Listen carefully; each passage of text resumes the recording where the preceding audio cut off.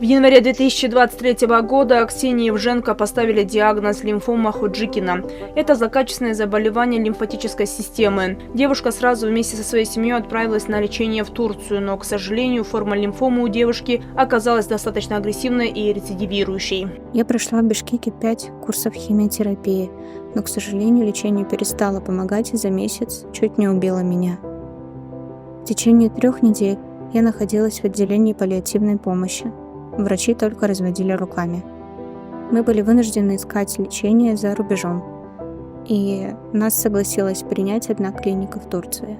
24-летняя Ксения Евженко прошла 12 курсов химиотерапии в Кыргызстане, в Турции и Белоруссии. На данный момент она находится на лечении в России. Но для нее реальным и единственным шансом на нормальную жизнь послужит только получение высокодозной химиотерапии в сочетании с трансплантацией костного мозга.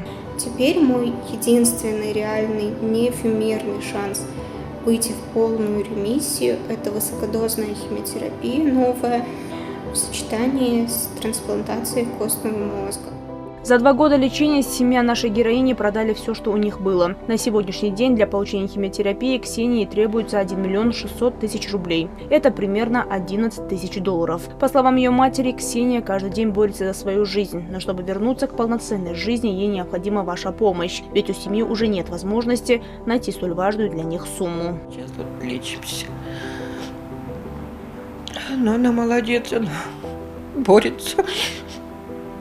Ни на минуту не оставляет себя.